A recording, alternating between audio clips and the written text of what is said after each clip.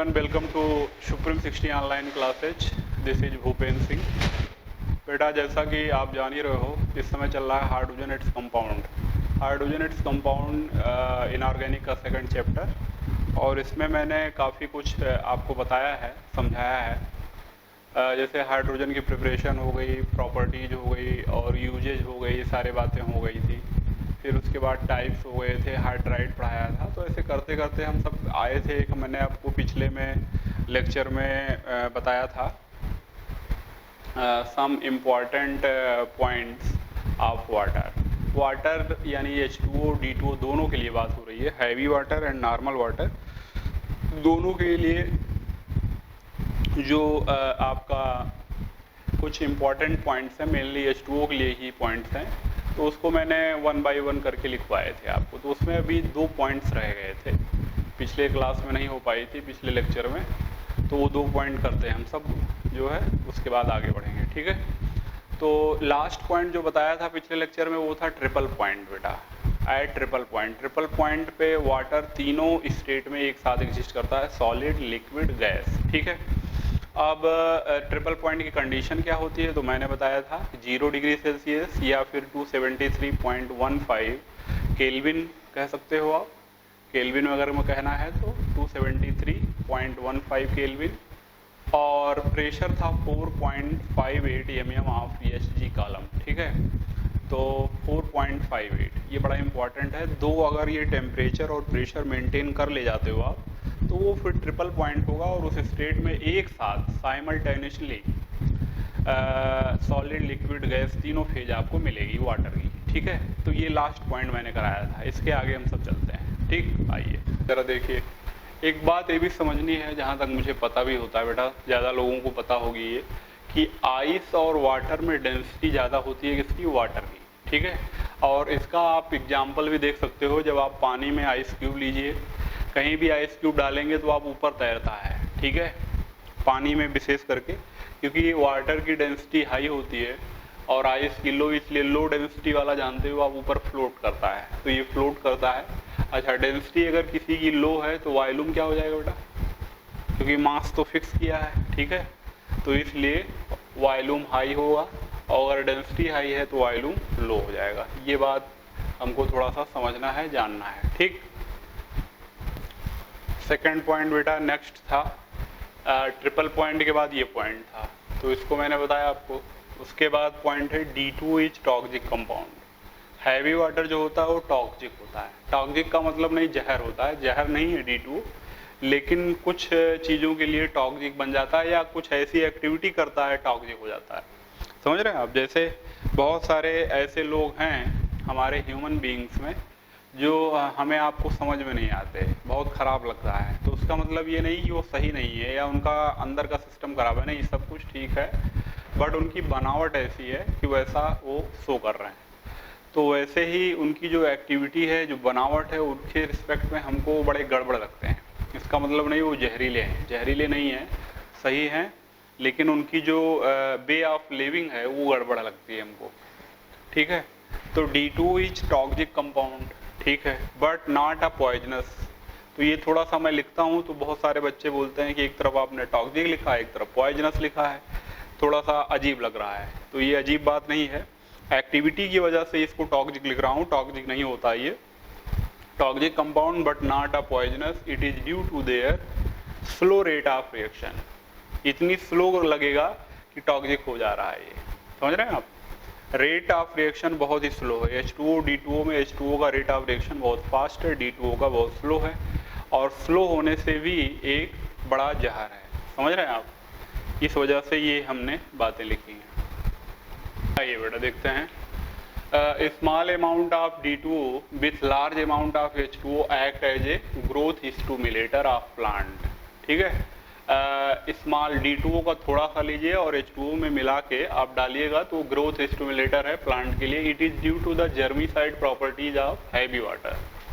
फिर वही बात आ गई कि ये जर्म्स को मार देता है। क्यों मार देगा, कि रेट ऑफ रिएक्शन बहुत स्लो हो जाती है।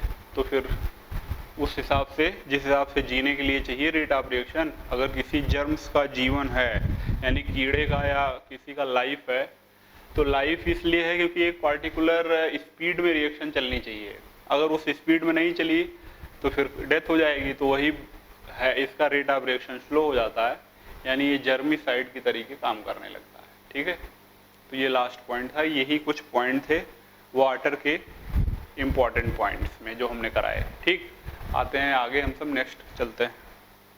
ठीक है, आइए जरा देख लेते हैं क्या हमने बताया है। कुछ चीज़ें तो पुरानी ही है, जैसे केमिकल प्रॉपर्टी H2D2O का देखना है मुझे। तो उसमें जैसे ये कोनस वाली रिएक्शन है बेटा, कोनस में मैंने बताया था ट्रिपल बॉन्डेड कार्बन है, ऑक्सीजन है, नाइट्रोजन है, सल्फर है। इन चारों में से किसी से भी हाइड्रोजन अगर लगा हुआ होगा डायरेक्टली, चाहे ट्रिपली बॉन्डेड कार्बन हो, ऑक्सीजन हो, नाइट्रोजन हो, सल्फर हो, तो उसको हम एक्टिव हाइड्रोजन बोलते हैं। और एक्टिव हाइड्रोजन मेटल सोडियम से रिएक्शन यानी अल्कली मेटल से रिएक्शन करके हाइड्रोजन निकल जाता है, सोडियम वहाँ या अल्कली मेटल्स लग जाता है। ये हाइड्रोजन का प्रिपरेशन था। तो वाटर के पास है ऑक्सीजन से लगा हुआ हाइड्रोजन एक्टिव H, यानी कि रिएक्शन हो जाएगी। दूसरी रिएक्शन जो आई है वो है बेटा ये RMgX, आप पहचान रहे होगे, ऑर्गेनिक में आपने पढ़ा होगा। ठीक है, वो है RMgX क्या, ग्रिग्नार्ड रेजेंट। ग्रिग्नार्ड रेजेंट भी रिएक्शन करता है इनसे, ये यहाँ का बात नहीं है, लेकिन फिर भी मैंने आपको बताया है कि कोनस में जो triply bonded carbon, oxygen, nitrogen, sulphur से लगा हुआ हाइड्रोजन एक्टिव H होता है, वो रिएक्ट कर लेता है किससे, ट्रिपली ये एक्टिव H रिएक्ट कर लेता है ग्रिग्नार्ड रेजेंट से। और इस R को जो है, जो आपका एल्किल ग्रुप है, इसको हाइड्रोजन मिल जाएगा, ये बन जाएगा RH, और यहाँ से MgX आके इससे जुड़ जाएगा ये। तो इस तरीके से मैंने आपको वाटर के साथ रिएक्शन दिखाई है। वाटर इसके साथ रिएक्शन कर लेगा, ठीक है, क्योंकि वाटर के पास एक्टिव हाइड्रोजन है, तो रिएक्शन करके मीथेन बना देगा ग्रिग्नार्ड रेजेंट के साथ। और अगर ऐसा कोई कंपाउंड आ गया इस तरीके से, आपको ये ध्यान रखना है कि जो MgBr यानी मैग्नीशियम और कार्बन के बीच का बॉन्ड है वो ब्रेक होता है। ये देखिए आप, कार्बन और मैग्नीशियम के बीच का बॉन्ड ब्रेक हुआ, कार्बन से ही DOD लगाया मैंने, ये यानी D2O है तो D आ गया उधर। ठीक है, ये थोड़ा सा क्लियरिटी होनी चाहिए, नहीं तो कभी कभी थोड़ा सा मिक्सिंग होने लगता है कि बॉन्ड कौन सा है। तो बॉन्ड वो ब्रेक होगा जो RMgX, R के बीच है और Mg के बीच, यानी कार्बन और Mg के बीच वाला बॉन्ड ब्रेक होगा, और वहाँ पे लग जाएगा वो एक्टिव हाइड्रोजन या एक्टिव ड्यूटेरियम। ठीक है, ये बेटा टाइप ऑफ वाटर पे हम सब आ गए हैं। टाइप ऑफ वाटर जो होता है वो दो टाइप का होता है। नॉर्मल वाटर की बात हो रही है, D2 वगैरह की बात नहीं हो रही कि टाइप ऑफ हैवी वाटर नहीं। वाटर मतलब कहीं भी बोला जाएगा तो नॉर्मल वाटर। ठीक है, तो दो हो गए, सॉफ्ट और हार्ड। एक सॉफ्ट होगा वाटर और एक होगा हार्ड वाटर। सॉफ्ट वाटर वो होता है जो साबुन के साथ बहुत जल्दी झाग दे देता है, यानी which easily gives lather with soap. Soap के साथ इजली दे देगा झाग, लेदर। और which gives lather after some time with soap. ठीक है, लेदर देगा हार्ड वाटर, लेकिन काफी समय के बाद साबुन भी आपका खत्म हो जाएगा। ठीक है, और ये बहुत ही आसानी से बहुत जल्दी आपको झाग देगा। तो ये मेन डिफरेंस होता है इसमें, हार्ड वाटर और सॉफ्ट वाटर में।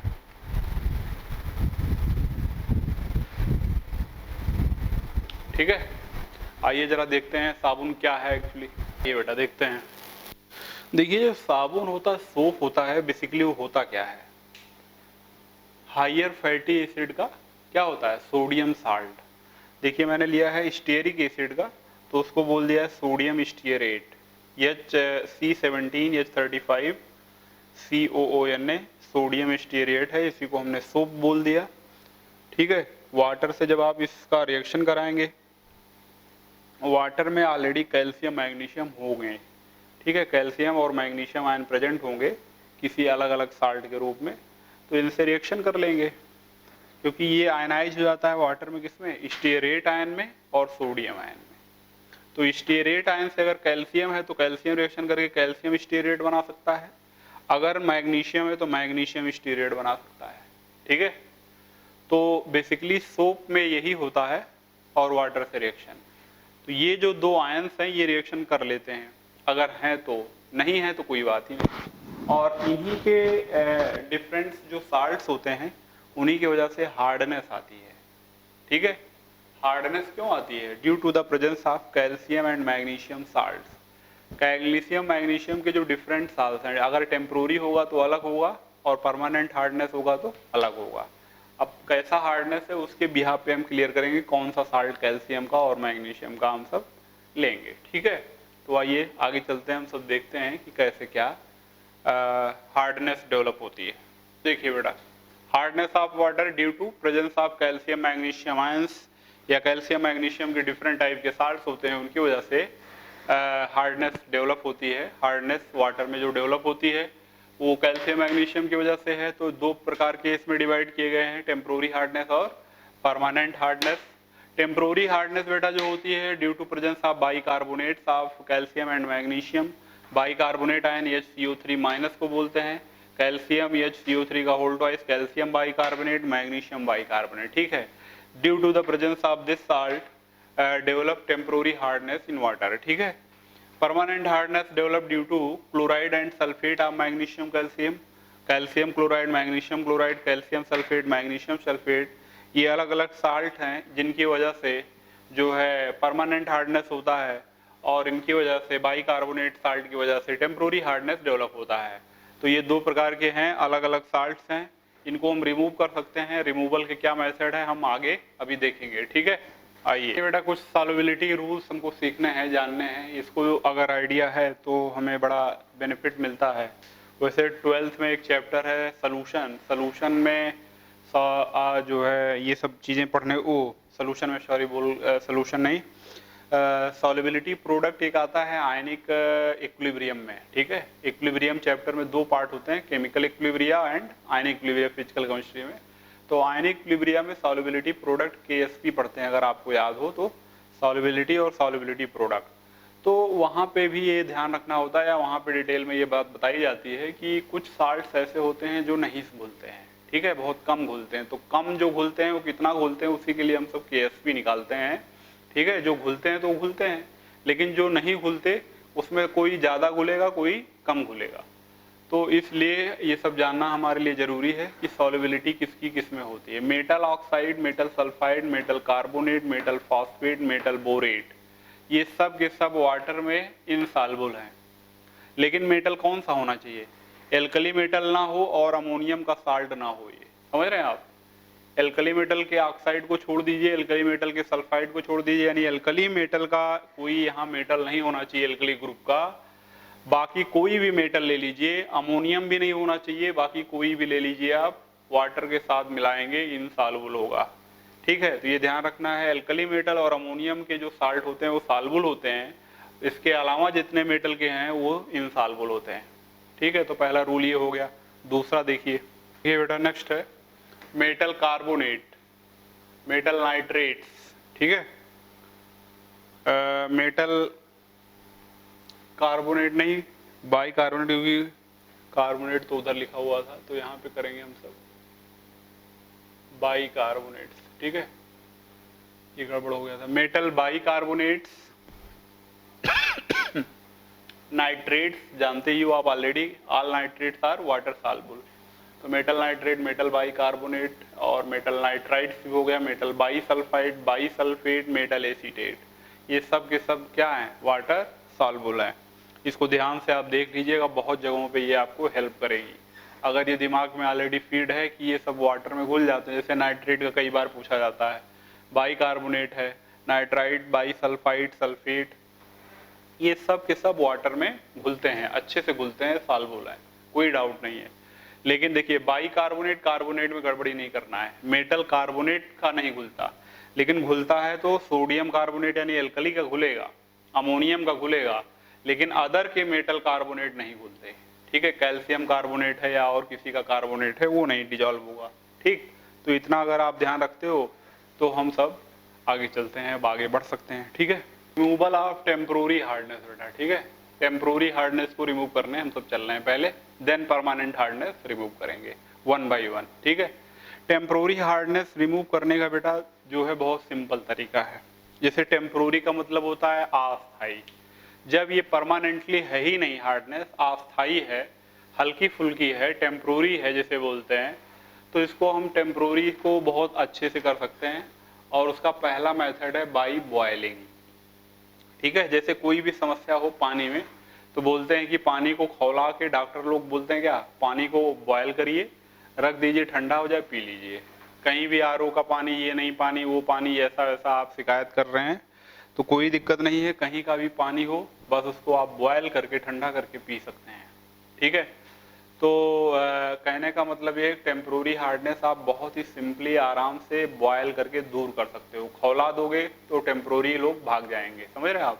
जैसे हम जनरल इसको याद करने का एक तरीका भी लगा लेते हैं कि किसी को भगाना है तो क्या कर दीजिए आप, खौला दीजिए, भाग जाएगा। दूसरा है चूना लगा दीजिए, कहने हम सब बातचीत में करते रहते हैं कि चूना लगा दिया, तो भाई चूना लगा दिया तो समझ रहे हैं आप, नुकसान कर दिया।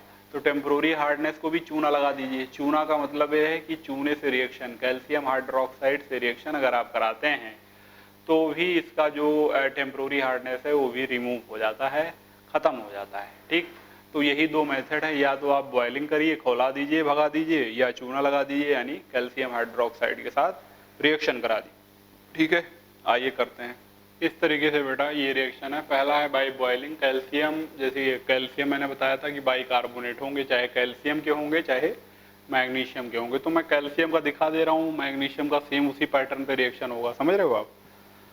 तो कैल्शियम बाई कार्बोनेट सॉल्युबल होता है, घुला हुआ है, इसी वजह से हार्डनेस है। तो इसको जब हीटअप किया, बॉयल किया तो कैल्शियम कार्बोनेट बनेगा, CO2 गैस निकल जाएगी और वाटर हो जाएगा। ठीक है, CO2 गैस निकल जाएगी, वाटर बन जाएगा। कोई भी बाई कार्बोनेट हीट करो तो ऐसे ही तो टूटता है उसका कार्बोनेट CO2 और वाटर में। तो ये कार्बोनेट जो होता है वो इनसॉल्युबल होता है, नीचे बैठ जाएगा, पानी आपका सही हो गया, सॉफ्ट हो गया।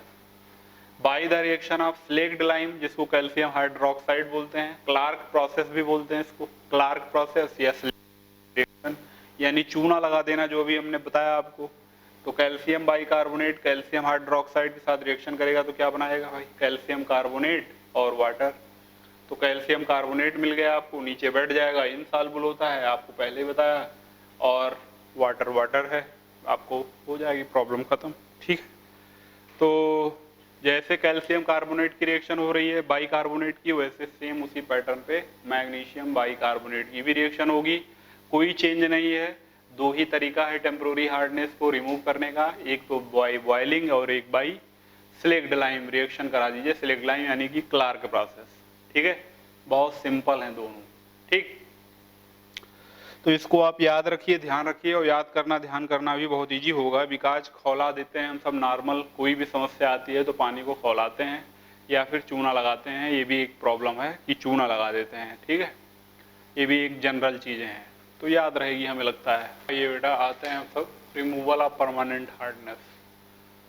टेम्प्रोरी कर लिया, परमानेंट पे आते हैं। परमानेंट हार्डनेस को रिमूव करने का जो पहला मेथड है, इसमें कई मेथड हैं, परमानेंट है तो कई लगाने पड़ेंगे और कुछ अलग यूनिक लगाने पड़ेंगे। ऐसे नहीं कि आप हल्के में ले लें, आप इसको हल्के में नहीं ले सकते क्योंकि हार्डनेस ही परमानेंट है। तो पहला जो मैंने मेथड लिया है वो है परम्यूटेड मेथड या जियोलाइट मेथड या जियोलाइट प्रोसेस। परम्यूटेड क्या होता है, जियोलाइट क्या होता है? परम्यूटेड और जियोलाइट एक ही है, कोई अलग अलग चीज़ें नहीं है। बस चेंज क्या है कि जियोलाइट जो है नेचर में पाया जाता है, एक प्रकार का ये सिलिकेट है। ठीक है, 3D सीट सिलिकेट बोलते हैं इसको, 3 डायमेंशनल सीट सिलिकेट है ये। आपको कार्बन फैमिली में ये पढ़ाया जाएगा। कार्बन फैमिली का लेक्चर अगर आप देखेंगे बेटा तो कार्बन फैमिली के लेक्चर्स में ये मिलेगा। सिलिकेट्स, टाइप ऑफ सिलिकेट में मैंने कराया अलग अलग सिलिकेट। तो 3D सीट सिलिकेट का एग्जाम्पल है जियोलाइट। जियोलाइट नेचुरली अगर होगा तो ये जियोलाइट बोलते हैं। अगर वो आर्टिफिशियली हम बनाते हैं क्योंकि हमको पूरा नहीं मिल पा रहा है जितनी डिमांड है नेचर से, तो हमने आर्टिफिशियली बनाया, तो उसका नाम है परम्यूटेड। होता क्या है उसमें बेटा, मिक्सचर होता है सोडियम का ऑक्साइड का, एल्युमिनियम का ऑक्साइड का और सिलिकॉन के ऑक्साइड का, यानी सिलिका SiO2। आप इसको मिक्स कर दिया आप तो Na2Al2Si2O8.XH2 ये बन गया। इसी को बोलते हैं क्या, सोडियम जियोलाइट नाम है इसका, या फिर sodium alumino silicate, because zeolite is a type of silicate. Okay, तो ये एक पूरा फार्मूला जो बना हुआ Na2Al2Si2O8.XH2O, इसको हम बोलते हैं जियोलाइट, सोडियम जियोलाइट या सोडियम एल्यूमिनो सिलिकेट। अगर सोडियम को छोड़ के बाकी चीज को मैं जेड मान लूं, ऐसे ही X Y Z P Q R S कुछ भी मान लो आप, तो इसको मान लोगे तो Na2Z बन जाएगा। बिकॉज और सारे में चेंज नहीं होता, केवल सोडियम में चेंज होता है, इसलिए सोडियम को ले लिया, बाकी सबको कांस्टेंट जेड मान लिया है। तो Na2Z इसका फार्मूला बना लिया सोडियम जियोलाइट का। ठीक है, सोडियम जियोलाइट Na2Z से जब वाटर की रिएक्शन होगी, वो ऐसे वाटर की जिसमें परमानेंट हार्डनेस है, मतलब कि कैल्शियम और मैग्नीशियम की इम्प्योरिटी उसमें, क्लोराइड और सल्फेट उसमें घुले हुए होंगे, तो रिएक्शन होगी तो कैल्शियम का जियोलाइट या मैग्नीशियम जियोलाइट बन जाएगा, सोडियम हो जाएगा बाहर। बोलो आप, रिएक्शन होगी, ठीक है, सोडियम बाहर, कैल्शियम उनसे रिएक्शन कर लेगा। जब रिएक्शन करके ये बन जाएगा तो ये चीजें जो है नीचे बैठ जाती हैं, बाहर हो जाती हैं। कैल्शियम जियोलाइट यानी कैल्शियम प्रॉब्लम कर रहा था, कैल्शियम का साल्ट, मैग्नीशियम का साल्ट, और कैल्शियम मैग्नीशियम को इसने सोडियम जियोलाइट ने बाहर निकाल लिया। तो बाहर निकाल के उसको हटा दो और उसके बाद जो है अपना पानी आपका चेंज हो गया, हार्डनेस खत्म हो गई उसकी परमानेंट। ठीक है, लेकिन अब क्या है, यहीं पे रिएक्शन कंप्लीट हो जा रही, कोई और इसके आगे नहीं है। इसके आगे जो ये है, जैसे आपने कंपनी लगाया है, फैक्ट्री लगाया है, परमानेंट वाटर को, परमानेंट हार्डनेस को रिमूव करने का आपने सिस्टम लगाया हुआ है, प्लांट लगाया हुआ है। तो आपने ये परम्यूटेड मार्केट से खरीदा जियोलाइट, ठीक है, 2-4 ट्रक जो आपको डिमांड थी खरीद लिए, स्टार्ट हो गई, कंपनी चल रही है। फिर धीरे धीरे ये जियोलाइट रिएक्शन करेगा परमानेंट वाले से और ये बनाता जाएगा कैल्शियम मैग्नीशियम जियोलाइट। ये आप फेंकवाते जाएंगे भट्टी उसमें जो है आपके अपने फैक्ट्री में, प्लांट में, जहां भी स्पेस होगा वहां पे आप इसको रखवाते जाएंगे। फिर एक टाइम के बाद सारा Na2Z यानी जियोलाइट और परम्यूटेड आपका खत्म हो जाएगा। जब आपका सारा परम्यूटेड जियोलाइट खत्म हो जाएगा, इस फॉर्म में होके आपकी कंपनी फैक्ट्री में होगा, तो फिर आपको चाहिए होगा, तो कब तक आप मंगाएंगे। तो इसलिए एक बार जब माल आ जाता है तो ये जब बन जाता है तो इसी को फिर से Na2Z में कन्वर्ट कर लेते हैं। और उसका तरीका ये है कि इसको हम बॉयल कर देते हैं, boiled with saturated sodium chloride solution. Sodium chloride solution के साथ जैसे इसको बॉइलिंग करोगे तैसे रीजनरेटेड हो जाएगा Na2Z। ठीक है, और सोडियम क्लोराइड का मतलब है नमक का सोल्यूशन। तो नमक का जो सोल्यूशन है वो जो है हमारे पास बहुत ही सस्ते में बहुत ज़्यादा उपलब्ध है, पूरा समुंदर ही नमक है नहीं। तो उसके साथ जो है जब बॉइलिंग कर दोगे तो रीजनरेट हो जाएगा आपको Na2Z, और आपका जो 4 ट्रक माल आया था उसी से बार बार काम चलता रहेगा। ठीक है, तो ये ध्यान देने वाली बात है कि इससे हम रीजनरेट करके फिर वही बना लेते हैं और चलता रहता है, प्रोसीजर हमारा रुकता नहीं है, प्रोसेस हमारा चलता रहता है और हम परमानेंट हार्डनेस को खत्म करते रहते हैं। नेक्स्ट आते हैं, हाँ बेटा देखते हैं, कैलगॉन मेथड। नेक्स्ट है परमानेंट हार्डनेस को रिमूव करने का सेकंड मेथड है कैलगॉन मेथड। कैलगॉन का सिंपली मतलब होता है कैल्शियम गान। ये मैंने अपने तरीके से बना लिया, या ऐसा हम सब याद करने समझने के लिए याद कर लेते हैं, ऐसा कोई है नहीं। एग्जैक्टली कैलगॉन का मीनिंग कैल्शियम गान नहीं होता है, लेकिन कैलगॉन से ही हम मीनिंग निकालते हैं कि कैलगॉन का मतलब होगा ये कैल्शियम गान, शार्ट में लिख रहे हैं कैलगॉन। ठीक है, तो कैल्शियम गॉन कराना ही है तभी परमानेंट जाएगा। इसको एक नाम देते हैं या इसको बोलते हैं sequestration of calcium and magnesium ion. Sequestration का मतलब होता है जाल में फंस जाना, ठीक है, ट्रैप हो जाना। तो जब जाल में ट्रैप हो जाएगा, कोई फंस जाएगा, तो वो ये है सिक्विस्ट्रेशन ऑफ कैल्शियम मैग्नीशियम, उसी को बोलते हैं। बिकॉज कैल्शियम और मैग्नीशियम इस कैलगॉन मेथड में ट्रैप हो जा रहे हैं, फंस जा रहे हैं। कैसे, जरा देख लेते हैं। कैलगॉन एक्चुअली फार्मूला होता है या किसी मॉलिक्यूल को हम बोलते हैं, और वो है सोडियम मेटाफॉस्फेट। इसको 6 टाइम ले लिया तो ये ऐसे ऐसे करते ये आपका इस तरीके से मॉडिफाई हो गया, नाम बन जाता है सोडियम हेक्सामेटाफॉस्फेट बोलते हैं। ठीक है, हेक्सामेटाफॉस्फेट, सोडियम हेक्सामेटाफॉस्फेट इसका नाम है, या कैलगॉन नाम है इसका। इसको आप ले लीजिए कैलगॉन को या सोडियम हेक्सामेटाफॉस्फेट को, वाटर से, जो परमानेंट हार्डनेस वाला वाटर है उसको रिएक्शन करा दीजिए। कैल्शियम मैग्नीशियम के साल्ट्स होंगे ही, जैसे रिएक्शन करेगा तो कैल्शियम आता है घूमने। घूमने क्या आता है कि इसके अंदर आ जाता है, ठीक है, कॉम्प्लेक्स कंपाउंड के अंदर। जो ब्रैकेट बड़ा वाला लगा है इसके अंदर जो होगा वो कॉम्प्लेक्स कंपाउंड या कॉम्प्लेक्स स्फीयर बोलते हैं, ठीक है, कोऑर्डिनेशन स्फीयर। तो इस स्फीयर के अंदर आके घुसता है और सोडियम को हटा के अपने बैठ जाता है, ठीक। फिर उसके बाद हटना चाहता है लेकिन तब हट नहीं पाता, ठीक। यही सेम प्रोसीजर होती है।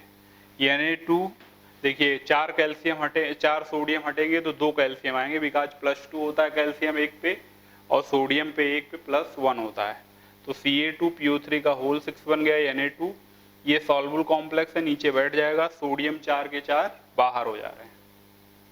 तो ये है कैलगॉन, कैल्शियम गॉन या सिक्विस्ट्रेशन of calcium magnesium ions.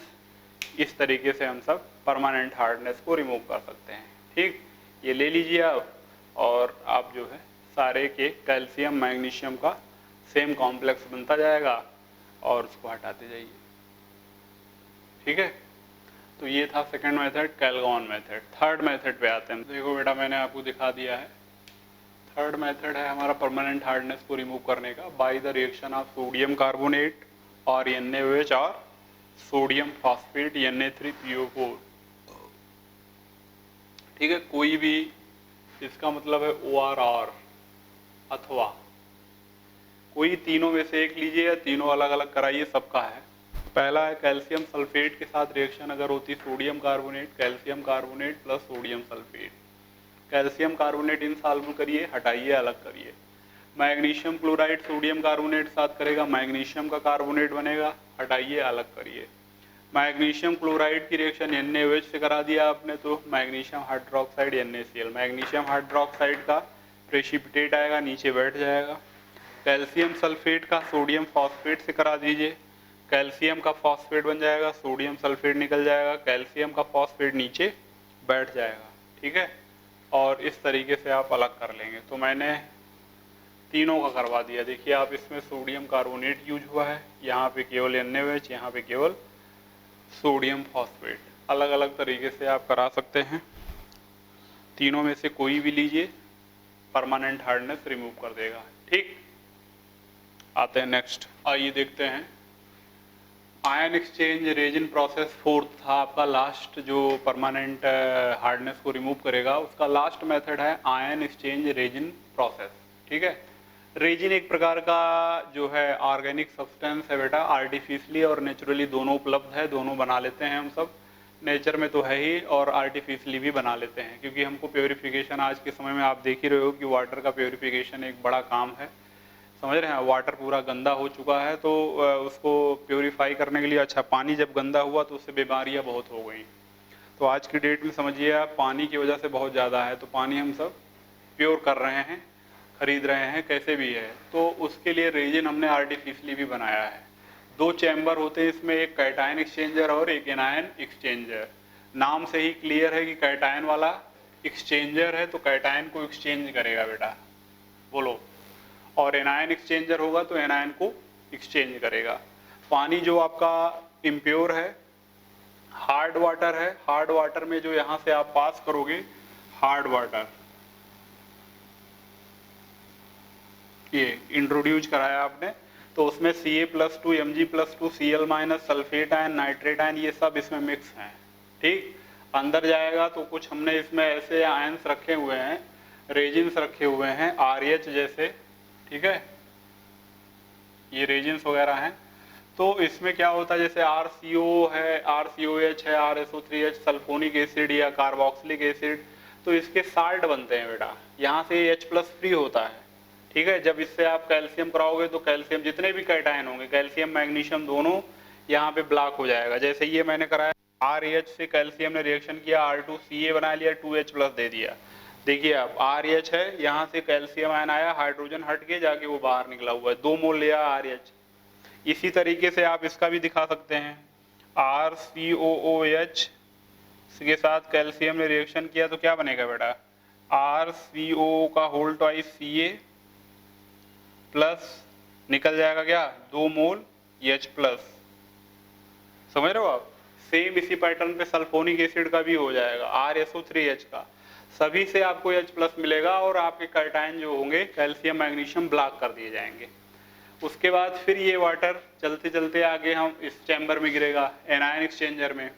Anion exchanger में जो जा रहा है वो कैटायन सारे ब्लॉक हैं, कैटायन केवल H प्लस जा रहा है, hydrogen ion, chloride ion, sulphate ion, nitrate ion, anion से जा रहे हैं। ठीक है, कैटायंस H प्लस को छोड़ के बाकी सारे कैटायन यहाँ एक्सचेंज हो चुके हैं, ब्लॉक हो चुके हैं। अब इसमें जब आप आएंगे एनायन एक्सचेंजर में तो एनायन भी ब्लॉक कर दिए जाएंगे। ब्लॉक करने का या रोकने का उसको तरीका क्या है, जैसे लिया है आपने इसमें RNH3 प्लस OH माइनस, ठीक है, ये आपके पास है।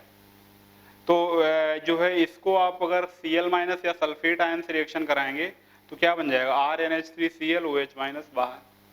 तो कहने का मतलब ये है कि दो चैम्बर ले लिया, दो एक्सचेंजर ले लिया, दोनों में कैटायन को, एक में एनायन को, एक में कैटायन को रोक दिया, जो प्रॉब्लम कर रहे थे सब खत्म, H प्लस OH माइनस इधर से निकल के आएगा। ये प्योर वाटर में H प्लस OH माइनस है, देखो आप यहाँ OH माइनस मिला है, हमको यहाँ H प्लस मिला हुआ है, तो H प्लस और OH माइनस दोनों रिएक्ट करके वाटर बना दिए।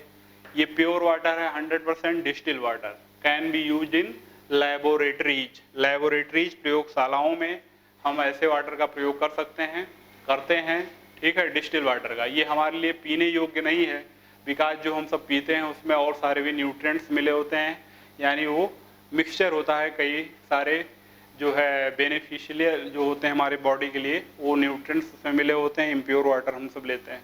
तो ये इस पूरे प्रोसेस से जो है कई बार पूछा जाता है, अलग अलग चीज़ें पूछी जाती हैं, क्या कहाँ लेते हैं, कैसे बनता है, डिस्टिल वाटर बनेगा, कौन सा वाटर बनेगा, तो ये सब चीज़ें आप एक करके देख सकते हैं, समझ सकते हैं, और कुछ नहीं है इसमें। तो आयन एक्सचेंज है, आयन का एक्सचेंज होगा, रेजिन प्रोसेस, रेजिन इसमें लेते हैं मेनली, ठीक है। तो इस तरीके से ये आपका परमानेंट हार्डनेस का फोर्थ पार्ट था, फोर्थ मेथड था, और इस तरीके से हम चारों मेथड पढ़ लिए। पहला मेथड था आपका जो है परम्यूटेड या जियोलाइट से, दूसरा था आपका जो है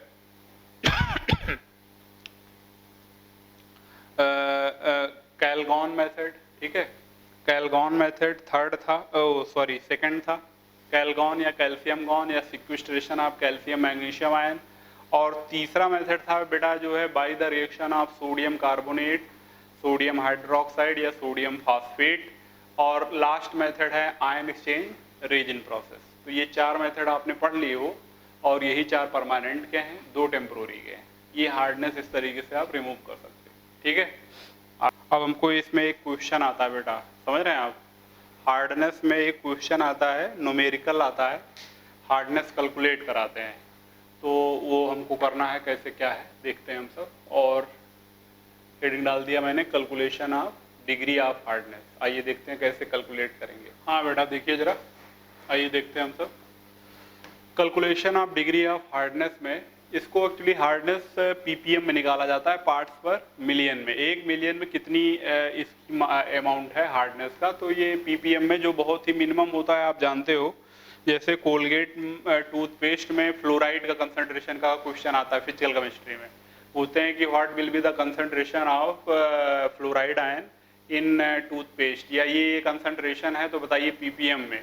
तो ppm जो होता है बहुत ही मिलियन में जाके जो भी पार्ट हो उसकी कैलकुलेशन होती है, छोटे अमाउंट के वाले के लिए होती है, ठीक है। तो इन पार्ट्स पर मिलियन कैलकुलेट करते हैं। डिफिनीशन इसका क्या है, number of parts of calcium carbonate, gram weight लेना होता है, present in a million parts of water by mass, ठीक है। 1 मिलियन जो वाटर है उसमें कितना पार्ट कैल्शियम कार्बोनेट का होगा, इसी को बोलते हैं degree of hardness. Calcium carbonate का है, ये मस्ट है, मैग्नीशियम कार्बोनेट नहीं। अगर मैग्नीशियम कार्बोनेट क्वेश्चन में गिवन होगा तो फिर उसको कन्वर्ट करना होगा कैल्शियम कार्बोनेट में, ठीक है, इक्वलेंट टू लेना पड़ेगा फिर। तो ये ध्यान रखना कि कैल्शियम कार्बोनेट का जो पार्ट होगा 1 मिलियन वाटर में वही हो जाएगा ppm, वही हो जाएगा डिग्री ऑफ हार्डनेस, ठीक। निकाल के क्वेश्चन करके देखते हैं।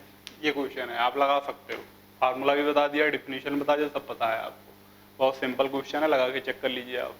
8 milligram calcium carbonate is present in 10 की power 3 ml of water, it's degree of hardness is 8 milligram milligram of calcium carbonate is, ये क्या है, प्रेजेंट है, ये प्लस करके एंटी लगाने का मतलब होता है प्रेजेंट, प्रेजेंट इन 10 की पावर 3 ml ऑफ वाटर, ठीक है, 1000 ml कहने का मतलब, इट्स डिग्री ऑफ हार्डनेस। निकालिए जरा,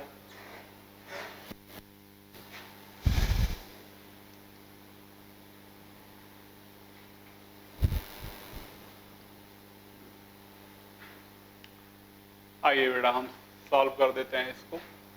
आपने निकाला होगा क्या आया आपका, आप चेक करिएगा, मैच करिएगा। देखिए अगर फार्मूला से जाना चाहते हैं आप तो उसका भी तरीका है। अभी आपको फार्मूला बताया था ppm, weight of calcium carbonate, weight of H2O, ग्राम में रखना होगा बेटा दोनों, और 10 की पावर 6। कैल्शियम कार्बोनेट का वेट आपको 8 मिलीग्राम दिया है, हमेशा ग्राम में रखना है, तो बना लीजिए इसको ग्राम में। 8 इंटू 10 की पावर -3 हो जाएगा। कैल्शियम कार्बोनेट 8 मिलीग्राम है तो क्या हो जाएगा 8 इंटू 10 की पावर -3 ग्राम। वाटर आपको दिया हुआ है 1000 ml वाटर में है, तो आपको तो पता है वाटर की डेंसिटी क्या होती है भाई, डेंसिटी ऑफ वाटर इज 1 ग्राम पर ml होता है। बोलो बोलो भाई। तो फिर इसका जो है मास क्या हो जाएगा, 1000 ml 1000 ml है इंटू 1 कर दीजिए, 1000 ग्राम आ जाएगा कि नहीं आ जाएगा बताइए। बोलो भाई, mass equal to volume into density, multiply कर दिया, आ गया कि नहीं आ गया। तो ये वाटर का हो गया 1000 मास इंटू 10 की पावर 6 कर दिया। ठीक है, सॉल्व कर लीजिए। ये ऊपर जाएगा -3 तो है ही, ये -3 होगा -6, यानी ये cancel out. Answer will be 8 ppm। Okay, तो बहुत सिंपल था कि नहीं था। अच्छा, जो जिसको ये नहीं लगाना है या जो जिसको ये समझ में नहीं आता है वो दूसरा हमारी मेथड भी देख सकता है। एक दूसरा मेथड भी है। दूसरा मेथड क्या है, यूनिटरी मेथड से आप कर सकते हैं। देखिए अगर ये कह रहे हैं कि 8 मिलीग्राम कैल्शियम कार्बोनेट प्रेजेंट है 1000 ml में, ठीक है, तो आप लिख सकते हैं सिंस 10 की पावर 3 ml, इसको ग्राम में पहले कन्वर्ट कर लीजिए क्योंकि ग्राम में ही बात करनी है ना। तो इतने ग्राम H2O कंटेन 8 इंटू 10 की पावर -3 ग्राम कैल्शियम कार्बोनेट। बोलिए, सही रहा है, दिख रहा है ना। फिर उसके बाद कह दीजिए आप therefore 1 gram contain how many calcium carbonate, तो आ जाएगा 8 इंटू 10 की पावर -3 अपॉन 10 की पावर 3। देन देयरफॉर 10 की power -6 gram calcium carbonate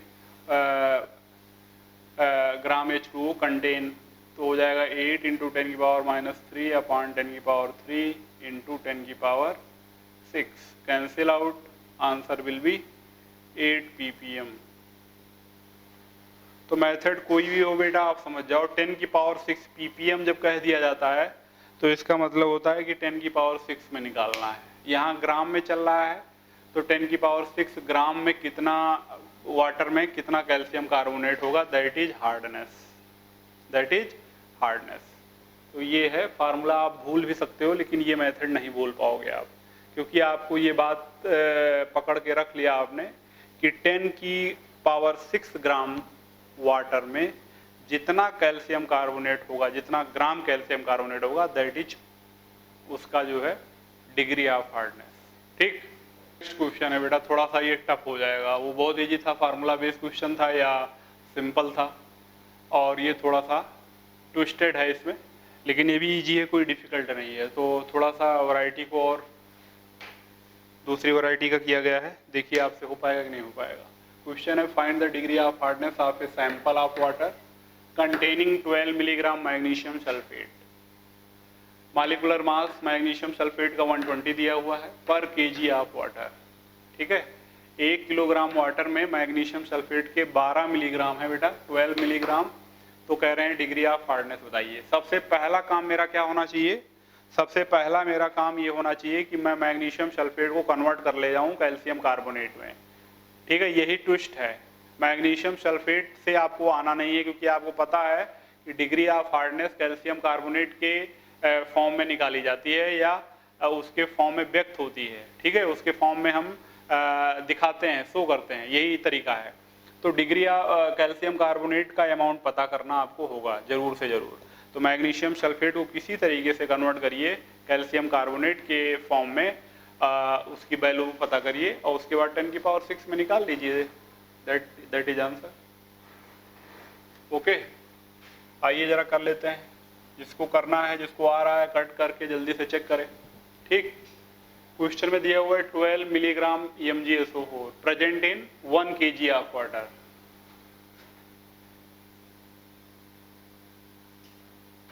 present in 1 kg